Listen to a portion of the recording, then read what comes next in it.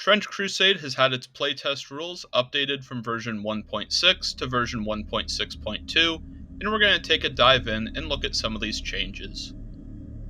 There are quite a few clarifications and just overall cleanup to quite a few items and abilities, and there's a lot of housekeeping, but there are quite a few balance changes as well that we'll be taking a look at. The first comes for the Heretic Legion's Warband variant, the Trench Ghosts. The Ghosts have had a couple changes, the first being the semi-corporeal rule, where it used to be that all attacks made against Trench Ghost models had -1 dice on injury rolls. That's been changed to only ranged attacks having the -1 dice, so melee attacks work better against them now. The Battlefield Looter's ability has also been removed, so they can no longer increase the limit of one of their items from the armory. Lastly, the Slow ability has had a little bit added to it. Formerly, it was that all Trench Ghost Warband models have half dash distance. Now, they still have half dash distance, and they have a movement characteristic of 5 inches by default. They also get -1 dice on all attacks against models that are retreating from them. It's not really clear if their dash distance is supposed to be 3 inches or 2.5, which would be half of the 5. We'll see if this gets cleaned up and clarified in later rules, but for now it can be interpreted as just 2.5 since that's half of its normal movement of 5. Now it's time to look at the Cult of the Black Grail. This is where most of the changes in the newest rules to the playtest have happened, so let's dive right in. Inside the armory, we immediately see the addition of a machine gun, which can only be wielded by the Amalgam, and a shotgun, which can be used by anyone in the warband. The Viscera cannon has also been increased to a limit of 2 instead of just 1. For melee weapons, the Plague Blade has had its cost changed from 15 ducats down to 10. And lastly, in the equipment department, we have 2 new items for the Grail, with the Compound Eyes helmet costing 10 ducats and being limited to 3 purchases, and the Grail Devotees, which cost 15 ducats for the first, and 2 glory points for the second to reach its limit of 2. Taking a look at the Compound Eyes helmet, it acts as a basic combat helmet to protect against shrapnel, and it also increases the range roll by +1 dice for whoever's wearing it. As for the Grail Devotees, they can be placed with elites, either 2 to 1 model or split up 1 to 1, and for every devotee with a model, that model now gets a flat bonus of +1 to its injury rolls, or +2 if it has both devotees with it. Besides the new equipment, there's a lot of clarification and attempts to make it easier to understand the rules of most of the weapons for the Grail, but something of note is the Viscera cannon. The cannon used to state that the user of the item could add blood markers to themselves to place infection markers on their target, but now it mentions that blood markers are placed on the target instead of infection markers. I don't know if this is intentional or a typo, but for now, the rules read that it's blood markers. Moving right along, we come to the units of the Black Grail. There's a lot of rewording and clarification for a lot of stuff that just makes it easier to understand, but there's also some balance changes as well. First off, the Lord of Tumors has had his Beelzebub's touch ability changed a little bit. No longer is it an action that needs an empty hand to be used, but a more passive ability that adds +1 infection marker to any melee attack he makes that causes a blood or infection marker on its target. He is also considered to never be unarmed, and his unarmed attacks are treated as if they are trench clubs. Corpse Guards aren't really changed, but their limit is increased from 2 to 3 for the warband. Hounds of the Black Grail have a new ability called Disease Carrier. Any enemy model that activates while it's in melee combat with the dog now suffers an infection marker. The Grail and Fly Thralls do have clarification to their undead fortitude like all the other units for the Black Grail have, but something of interest is that the note that Fly Thralls do not have undead fortitude is now missing. All of the lore text is still the same, saying that Fly Thralls have given up their durability for a little bit more mobility, So I'm not sure again if this is intentional or just a typo, but for now, there's nothing saying the fly thralls don't have undead fortitude. Moving to the Heralds of Beelzebub, they're still the same with everything, except they can equip both new equipment items, the Compound Eyes Helmet, and a Grail Devotee, although they can only equip one, even though these are normally meant for elite units. Lastly, we come to the Amalgam. The cost for the Amalgam has been reduced from 150 to 140 ducats, and there's clarification on its trample ability that it acts as an extra melee action.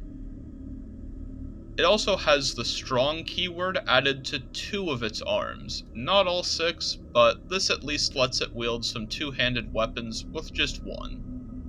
Besides the standard Black Grail having its changes, we also have some clarification and changes done to the Dirge of the Great Hegemon variant. The main clarification comes in the Lamenter's special rule, stating that the extra Plague Knights you get are in addition to the Executor, so you can have 3 total Plague Knights, not 2 as it might be interpreted. The other change of note is that the Bereaved, which are the Grail Thralls and Fly Thralls, now only cost 30 ducats instead of 35. Now it's time to journey to the Court of the Seven-Headed Serpent. Just like before, quite a few changes are just clarifications and rewordings for items and abilities to make the game that much easier to understand. One pretty important clarification that wasn't really stated well earlier is that Goetic powers and spells are still considered actions even if you don't have to roll for them, so each spell can't be cast multiple times unless it mentions in the ability that it can. We also have a change to the Burning Inferno spell, which now counts as a ranged attack action, which only really matters if you have the Envy Warband Sorcerer that can have a ranged weapon, but otherwise this is the same ability. Besides rewarding and clarifications, we also have a new ability called Slave Master, and this can be used by any court warband. It costs a single blood marker to be cast, and can be placed on any elite with no limit. When cast, a Yoke Fiend within 12 inches of the elite using it is allowed to either move, make a ranged attack, make a melee attack if it's already within range of something, or sacrifice itself, killing itself. Moving right along, we come to the different sins for all the different warband variations of the court. Firstly, we're going to check out Wrath. The only change here is clarification on the charge of hatred. Previously, it was stated that if the model does not charge its closest target, it must pass a risky action test. It's been clarified that you don't have to do that unless you're using the charge on another model other than the closest one. So if you'd like to ranged attack, or back up, or do anything else, you don't need to pass a risky action, just charging a different model. Next up is Envy. A big change for Envious Eyes is that sorcerers with the ability can now purchase ranged weapons with it.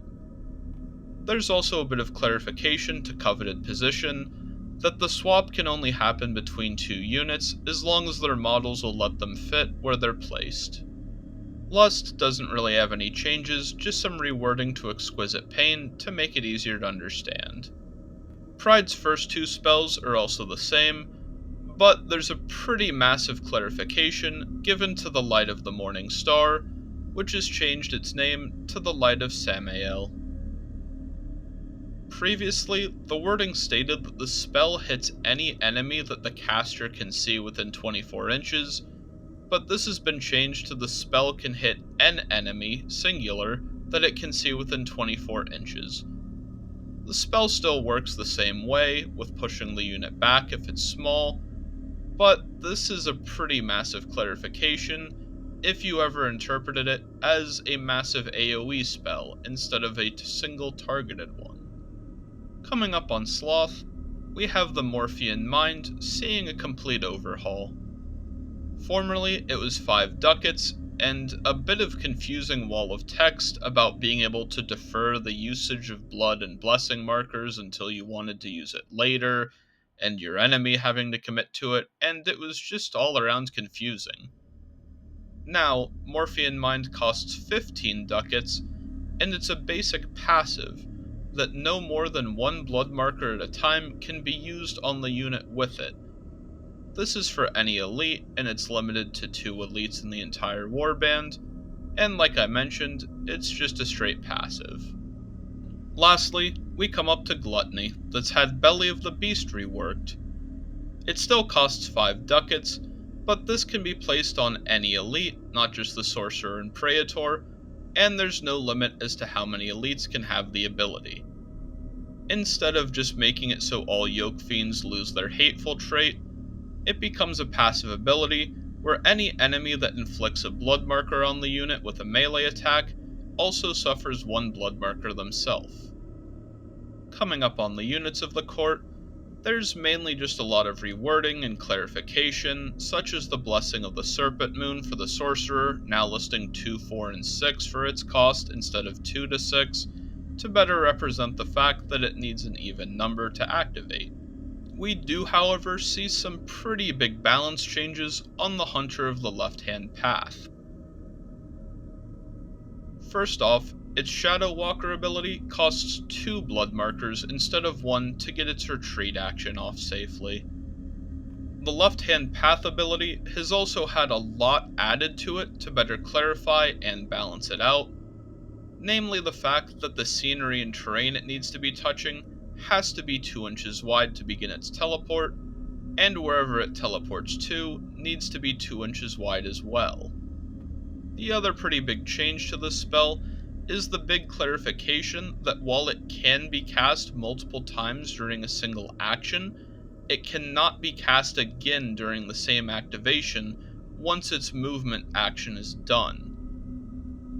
What this means is that if you try to lead with the teleport on a move action, then you take an attack, and you attempt to dash, you cannot teleport out on that dash. So you'll either need to commit to teleporting in or teleporting out, and it's a one-way trip for the turn. Lastly, we're going to take a look at the changes to the Desecrated Saint. The first thing to note is that it has had an aura of greed added to it. There's still no greed goetic spells, but if you want this aura and are fine with just the Slave Master and Inferno spells and all the basic spells that each elite has, you can go ahead and go with greed. The aura makes it so any enemy that's charging while they have the Desecrated Saint visible and within 12 inches makes it so they have to charge at the Saint instead of any other unit. Besides the aura being added, we have some wording changes that do change up the Saint a decent amount. Formerly, the wording stated that it would make a melee attack and each arm would have an action attack.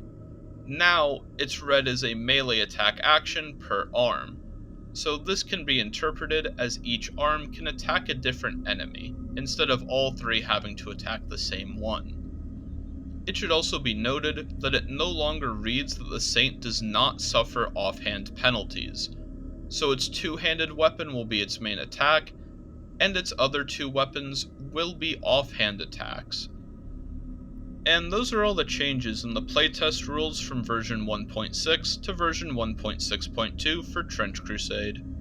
There's always a bunch of clarifications, rewording, and overall balance changes being made to this game, so be sure to keep your eye out for any changes coming up in the next days, weeks, months, and overall release for Trench Crusade.